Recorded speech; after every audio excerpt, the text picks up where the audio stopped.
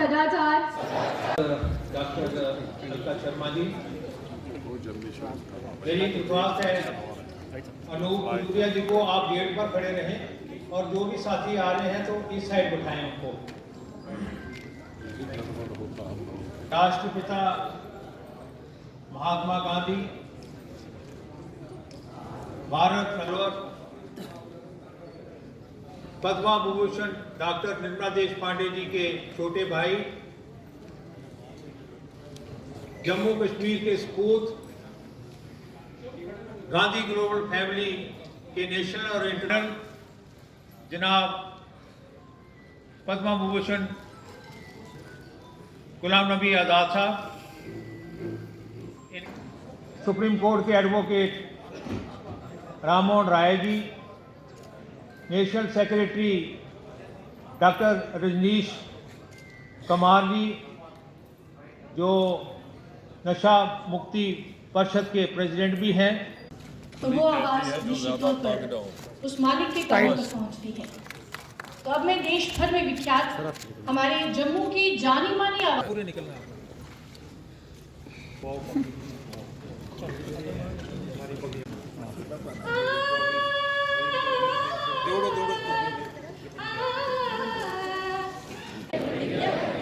कि निष्ठापूर्वक अपने धर्म का पालन करते हुए जातिवाद, अलगाववाद, अत्याचार के फैलते अंधकार पर और संकल्प लेती हूँ कि दया, प्रेम, भाईचारे एवं सद्भावना के दीप जलाकर राष्ट्रपिता का संदेश जन जन तक पहुंचाऊंगी। मैं ये भी शपथ लेती हूँ विशेषकर अपनी जन्मभूमि पर गांधी जी के सपनों का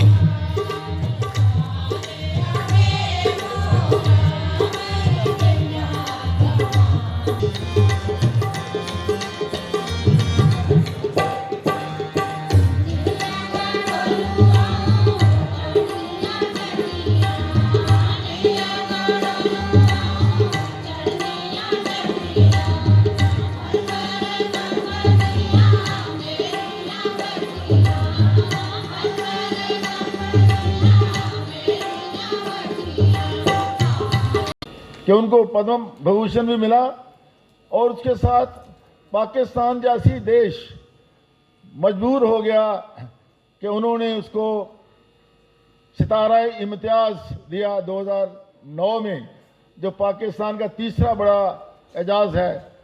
तो आप अंदाज़ा लगा सकते हैं कि उनकी क्या शख्सियत थी। इसके साथ साथ उन्होंने हरिजन समाज, उन्होंने भारत रचनात्मक समाज की भी स्थापना करी।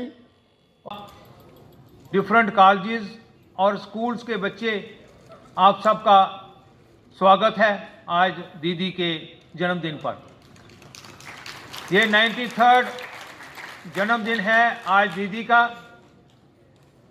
दीदी निर्मला देश पांडे जी, यहाँ डॉक्टर रेनू जी ने अपने ख्यालात बताए, बशीर अहमद साहब ने, फयाज साहब ने, कैलाश शर्मा जी ने, रेंजू जी ने और हमारे भूतपूर्व मंत्री मुझसे पहले बोल चुके आर.एस. चिप साहब, बहुत सारे लोग बोलना चाहते थे लेकिन समय कम होने की वजह से मुझे अभी 3-4 फंक्शन और अटेंड करने हैं। एक तो फंक्शन 12:30 का था, यहाँ से आधा घंटा दूर है, और फिर 2-3 फंक्शन के बाद मुझे श्रीनगर की फ़्लाइट लेनी है, और कल मैं बहुत दूर श्रीनगर से टंगडार, जिसमें तकरीबन 6 घंटे लगते हैं, जो कि बिल्कुल पीओके के आमने सामने, वहाँ भी कहते हैं कल से बर्फबारी है, तो मुझे उसी में जाना है। मैं प्रोग्राम कैंसिल नहीं कर सकता। 3 दिन का बॉर्डर का प्रोग्राम है, वहाँ बहुत ही कम लीडर जाते हैं।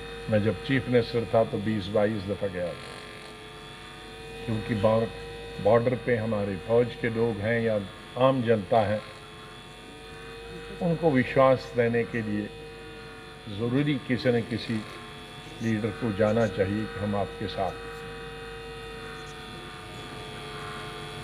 आज हमारे लिए एक ऐसा दिन है जिस पे बहुत सारे लोग बोल चुके हैं। जब मैं स्टूडेंट था और एसपी कॉलेज में पढ़ता था कश्मीर में, मैं 6 महीने साइंस कॉलेज जम्मू में पढ़ता था और 6 महीने एसपी कॉलेज श्रीनगर में पढ़ता। मेरे ताया जी डायरेक्टर एजुकेशन थे, तो उनका दरबार मुंह होता था, तो मेरा भी दरबार उनके साथ ही मुंह, उन्हीं के साथ बचपन से था।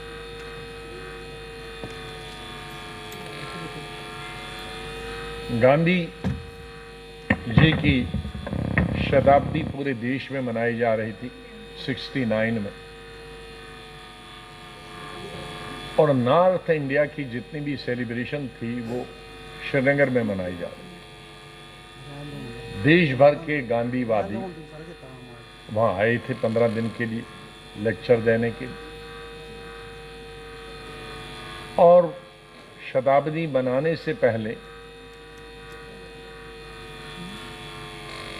तकरीबन 4-5 गांधीवादी 1 महीने से कश्मीर वादी में घूम रहे थे कि कुछ स्टूडेंट्स को ढूंढे का शिविर कैंप अटेंड करें गांधी जी पर, जिस पे चर्चा होगी गांधी जी ने आज़ादी के लिए क्या किया, देश के लिए क्या किया, उसमें चर्चा। लेकिन दुर्भाग्य से उनको सिर्फ 2 ही लड़के मिले, मैं और मेरा एक दोस्त बशारत अहमद, जो कि बाद में मैंने MSc की, उसने MA किया, और वो उसके बाद दूरदर्शन में चले गए और रिटायर हुए डायरेक्टर दूरदर्शन। तो वो 15 दिन हमने उस कैंप में, उस शिविर में हिस्सा लिया, और उस वक्त तक हम साधारण स्टूडेंट्स की तरह थे, लेकिन गांधी जी के बारे में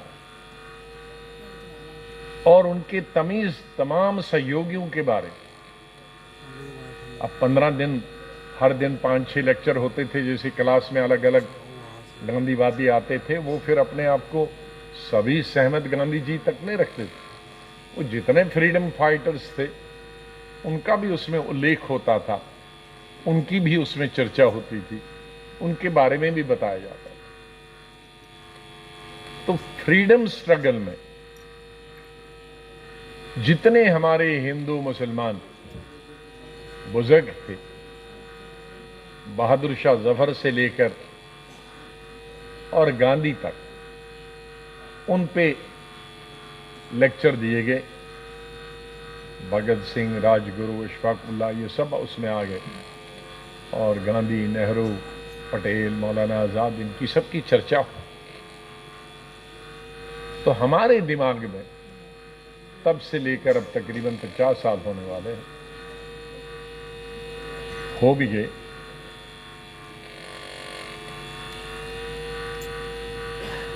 तो ये देशभक्ति का और हमारे फ्रीडम फाइटर्स का जो रोल रहा, और एक चीज मेरे दिमाग में गई कि हमारी पूरी आज़ादी की लड़ाई, बल्कि 1857 से लेकर बहादुर शाह जफर के ज़माने से ये हिंदू मुसलमान की लड़ाई में नहीं, हिंदू और मुसलमान के बीच में होड़ लगी थी कि ज्यादा कुर्बानी कौन देगा, जिसे हम गदर कहते हैं 57 में, जहां हमारे हिंदू भाई फौजी मारे गए, वहां सैकड़ों हमारे इसी मेवात के और दूसरी जगह के हमारे जो मौलवी साहिबान उनको भी शहीद कर दिया। और यही वजह है कि 1857 में जब अंग्रेजों ने देखा कि ये हिंदू और ख्याल रखे, भाई बहन का क्या ख्याल रखे, समाज का तो सवाल ही पैदा नहीं है, समाज तक तो पहुंच ही नहीं है, तो ये एक अपहाज हमारा समाज हो रहा है, इसके लिए हमारा जंग है जहाद। जहाद किसी धर्म के खिलाफ नहीं होता, जहाद बुराई के खिलाफ होता, समाजी बुराई के लिए, या कोई दूसरा मुल्क का पर हमला करे उसके खिलाफ जहाद को कहते हैं। हमने जहाद के मतलब ये निकाला हिंदू मुसलमान से लड़ेगा, मुसलमान उसको जहाद नहीं कहते, उसको बदतमीजी बोलते हैं, बेवकूफी बोलते हैं, हमाकत बोलते हैं। जहाद है हमारे समाज में जो कैंसर की तरह हिंदू को ही उतना असर करती है, मुसलमान को भी उतना ही असर करती है, सिख को भी उतना ही असर करती है, ईसाई को भी उतना ही असर करती है, उसके खिलाफ जहाद करें। और जब कोई दुश्मन हम पर हमला करेगा बाहर वाला, उस पर हमारे जनरल्स का सहयोग देना है, उसमें जहाद करना। तो अल्लाह न करे, भगवान न करे कि कोई लड़ाई हो जाए, उसका लड़ाई का पूरी दुनिया भुगत रहा है, रशिया और उसके हमसाया मुल्क का। तो आज दुनिया में क्या हो रहा है उसकी वजह से महंगाई, तो ये बड़ी बीमारियां भी लाता। लड़ाई के लिए बहुत लोग कहते हैं जल्दी हो जाए हम निपट लेंगे, लेकिन उसमें खुद ही निपट जाता है। बड़ी कंट्री भी निपट जाती, छोटी भी निपट जाती, और दुनिया में निपट जाता। लेकिन ये तो हमारे अपने हाथ में, अपने अपने बच्चों को समाज में, हमारी मंदिर में, मस्जिद में, गुरुद्वारा में, चर्च में इसके खिलाफ, स्कूल में, कॉलेजेस में, यूनिवर्सिटीज में, सभाओं में, पॉलिटिकल पार्टीज में इस लड़ाई के खिलाफ, ड्रग्स के खिलाफ हम जंग लड़ें, जहाद लड़ें, फाइट करें और अपने स्टेट को, अपने देश को, दुनिया को बचाएं। इन्हीं शब्दों के तो आज वो स्थिति नहीं है, इसलिए आज हमको गांधी जी की ड्रेस पहनने की जरूरत नहीं। स्थिति बदल जाती। गांधी जी खादी के बारे में बोलते थे क्योंकि विदेश सब कपड़ा आता था, उसका बाइकआउट करने के लिए उन्होंने कहा खादी पहनो, उसमें एम्प्लॉयमेंट भी होगा, यहां बनता है। लेकिन आज वो स्थिति नहीं है। आज कोई खादी पहनना है तो बहुत अच्छी बात है, लेकिन पहनना अनिवार्य नहीं, क्योंकि आज पूरी दुनिया को हम कपड़ा बना के भेजते हैं। तो आज वो भी स्थिति बदल गई। हम संविधान में इतनी 150 के करीब हमने संशोधन किया, तो जो 50s में सबसे बड़ी दिक्कतें और हैं, उनका उल्लेख नहीं करूंगा, वो अभी अगली सभा में करूंगा जब पार्टी की मीटिंग होगी, अनएम्प्लॉयमेंट और बाकी चीजें। लेकिन यहां उसमें राजनीति में नहीं जाना चाहता। लेकिन आज हमारी जो समाज में, और विशेष रूप से जम्मू कश्मीर में विशेष रूप से इसलिए कि ये बॉर्डर के पास, पाकिस्तान बॉर्डर के पास है, पीओके बॉर्डर के पास, जम्मू में पाकिस्तान और कई जगह पीओके, और कश्मीर में अधिकतर पीओके बॉर्डर। ये जो ड्रग्स आते, मैंने देखा हर पब्लिक मीटिंग में लोग एम्प्लॉयमेंट पर बोलते हैं, अनएम्प्लॉयमेंट पर बोलते हैं, बेकारी, बेरोजगारी, वो ठीक है समझना, लेकिन आज सबसे बड़ी समस्या हमारी है ये ड्रग्स। हमारी एक पीढ़ी खत्म हो रही है